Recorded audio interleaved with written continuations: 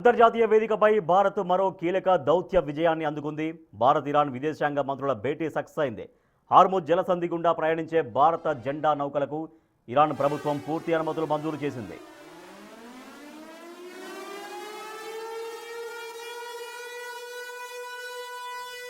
Hormuz జలసంధిలో భారతీయ నౌకల భద్రతపై కొంతకాలంగా ఆందోళనలు వ్యక్తమవుతున్నాయి. ఈ నేపథ్యంలో ఇరు దేశాల విదేశాంగ మంత్రులు సుదీర్ఘంగా చర్చలు జరిపారు.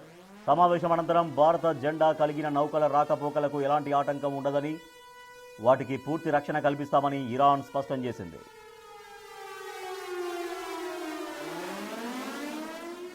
దేశానికి అవసరమైన చమురు దిగుమతులు, వాణిజ్య రవాణాలో హార్ముజ్ జలసంధి కీలక పాత్ర పోషిస్తుంది.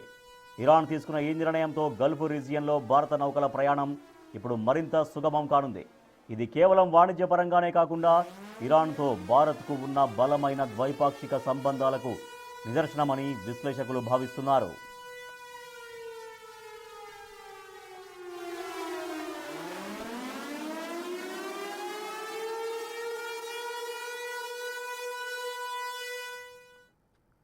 అమెరికా ఇరాన్ యుద్ధం దెబ్బకు ప్రస్తుతం ప్రపంచవ్యాప్తంగా చమురు కొరత ఏర్పడే పరిస్థితులు నెలకొన్నాయి. అయితే ఇలాంటి పరిణామాల మధ్య ఓ కీలక ఘటన జరిగింది. హార్ముజ్ జలసంధిని 2 భారత ట్యాంకర్లు సురక్షితంగా దాటాయి. పుష్పక్, పరిమల్ ఆయిల్ ట్యాంకర్లు ఇప్పుడు సురక్షితంగా హార్ముజ్ జలసంధిని దాటి భారత్ వైపు వస్తున్నాయి.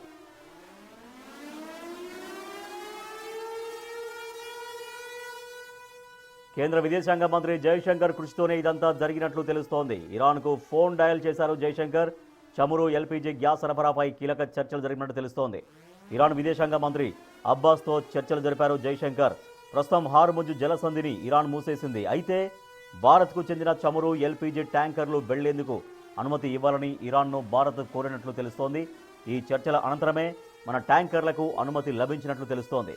అమెరికా, యూరప్, ఇజ్రాయెల్కు సంబంధించిన నౌకలపై మాత్రం నిషేధం కొనసాగుతుందని, భారత నౌకలకు సేఫ్ ప్యాసేజ్ లభిస్తుందని హామీ లభించినట్లు తెలుస్తోంది. భారత ఇంధన దిగుమతులపై ఎక్కువగా ఆధారపడుతుంది. గల్ఫ్లో ఏం జరిగినా ఆ ఇంపాక్ట్ మన దేశంపై ఎక్కువగా చూపిస్తుంది. ఇరాన్తో మాత్రమే కాకుండా రష్యా, ఫ్రాన్స్ విదేశాంగ మంత్రులతో కూడా జైశంకర్ చర్చలు జరిపారు.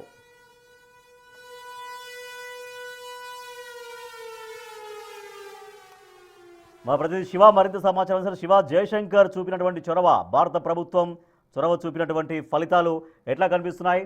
సో భారత నౌకలకి ఇరాన్ గ్రీన్ సిగ్నల్ ఇవ్వడానికి దోహదపడ్డటువంటి ఆ అంశాలు, ఆ చర్చలు ఏం కనిపిస్తున్నాయి?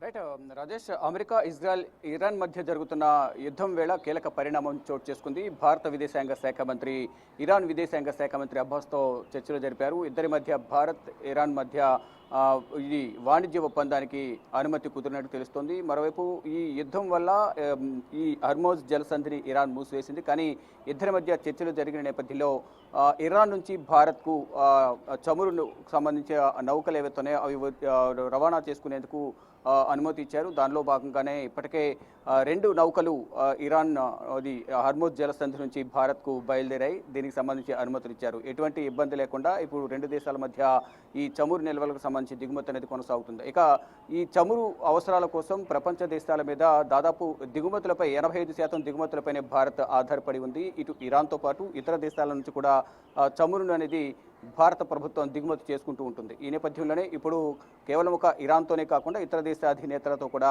ఆ దేశాలకు సంబంధించిన విదేశాంగ శాఖ మంత్రులతో కూడా జైశంకర్ మాట్లాడుతున్నారు. ఇక ఇరాన్తో మాట్లాడిన సందర్భంగా ఇటు విదేశాంగ శాఖ మంత్రి ఎస్ జైశంకర్ చొరవతోనే ఇప్పుడు ఈ నౌకలన్నీ కూడా భారత్కు వస్తున్నాయి. ప్రజెంట్ 2 నౌకలు బయలుదేరాయి. అయితే ఇరాన్ హార్ముజ్ జలసంధి అనేది యుద్ధం వల్ల మూసివేశారు. 28వ తేదీన యుద్ధం ప్రారంభమైంది. ప్రారంభమైన 2 రోజులకే ఈ జలసంధిని మూసివేసినట్టు తెలియజేశారు.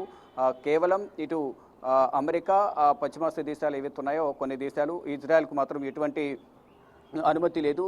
ఒకవేళ వారి నౌకలు ఇటువైపు వస్తే మాత్రం దాడి చేసి ఆ నౌకలను పేల్చేస్తామంటూ కూడా ఇప్పటికే ఇరాన్ ప్రభుత్వం హెచ్చరికలు జారీ చేసింది. అయితే భారత ప్రభుత్వం భారత్లో ఈ చమురు నిల్వలకు సంబంధించి ఎక్కడ కూడా కొరత ఉండకూడదు అనేది కూడా ప్రధానంగా భారత ప్రభుత్వం భావిస్తుంది. దానిలో భాగంగానే ఎప్పటికప్పుడు కేంద్ర పెట్రోలియం శాఖ మంత్రి హర్దీప్ సింగ్ పూరి కూడా పెట్రోలియం శాఖ అధికారులతో సంప్రదింపులు జరుపుతున్నారు. ఎక్కడ ఎటువంటి కొరత ఉండకుండా ప్రజలకు అందుబాటులో ఉంచాలనేది కూడా ప్రధాని నరేంద్ర మోడీ ఆదేశాల మేరకు పెట్రోలియం శాఖ మంత్రి ఎప్పటికప్పుడు సంప్రదింపులు జరుపుతున్నారు, సమీక్ష సమావేశాలు నిర్వహిస్తున్నారు. ఇటు విదేశాంగ శాఖ మంత్రి కూడా ఇతర దేశాల్లో ఉన్న పరిస్థితులను సమీక్షిస్తూ అక్కడున్న దేశాధినేతలతో కానీ మరోవైపు విదేశాంగ శాఖ మంత్రులతో ఆ కార్యదర్శులతో కూడా ఎప్పటికప్పుడు మాట్లాడుతూ చమురు నిల్వలకు సంబంధించి కానీ ఇటు గ్యాస్ నిల్వలకు సంబంధించి వారితో మాట్లాడుతూ అక్కడి నుంచి దిగుమతి చేసుకునేందుకు ఏర్పాట్లు చేస్తున్నారు. దానిలో భాగంగానే ఇక్కడ ఒకవైపు యుద్ధం కొనసాగుతోంది.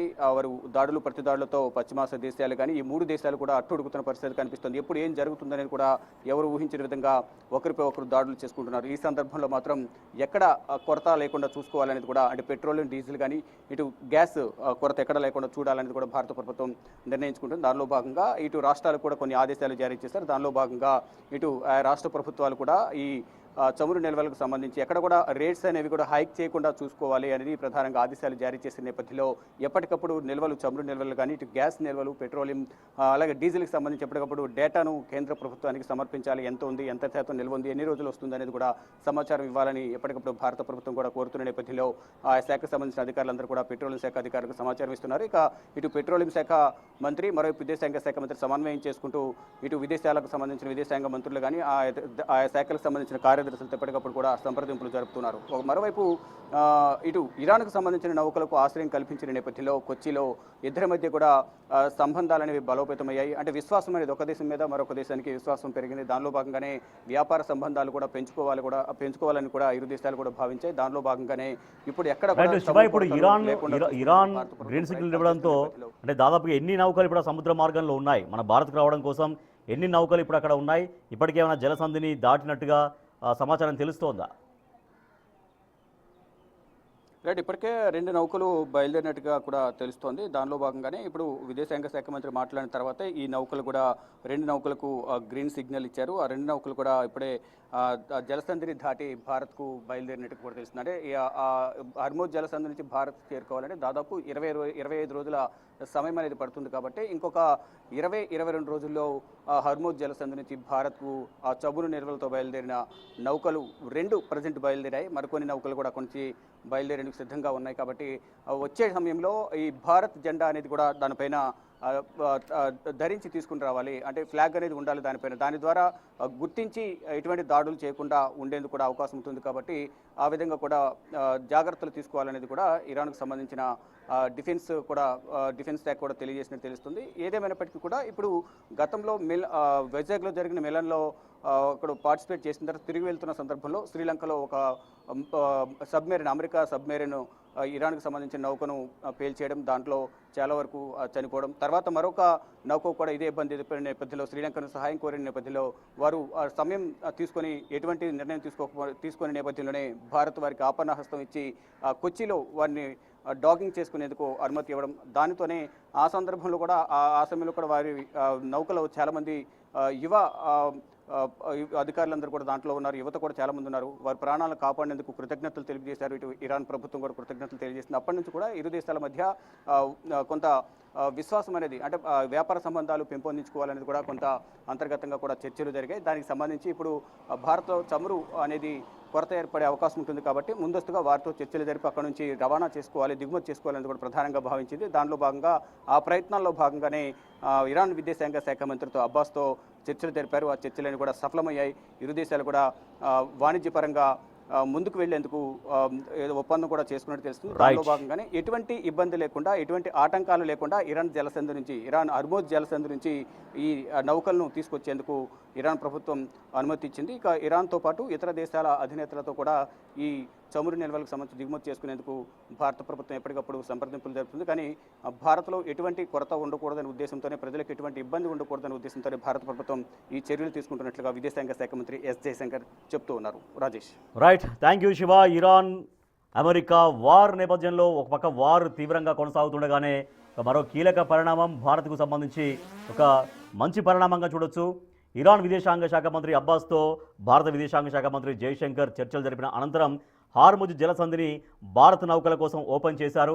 సో వారి నేపథ్యంలో జలసంధిని మూసేశారు. కానీ భారత నౌకలకు మాత్రం 2 నౌకలకు అనుమతి ఇచ్చింది ఇరాన్, గ్రీన్ సిగ్నల్ ఇచ్చింది. దీంతో పుష్పక్ అండ్ పరిమల్ 2 ఆయిల్ ట్యాంకర్లు భారత్లోకి ప్రవేశించాయి. హార్ముజ్ జలసంధి గుండా భారత్లోకి ప్రవేశించాయి.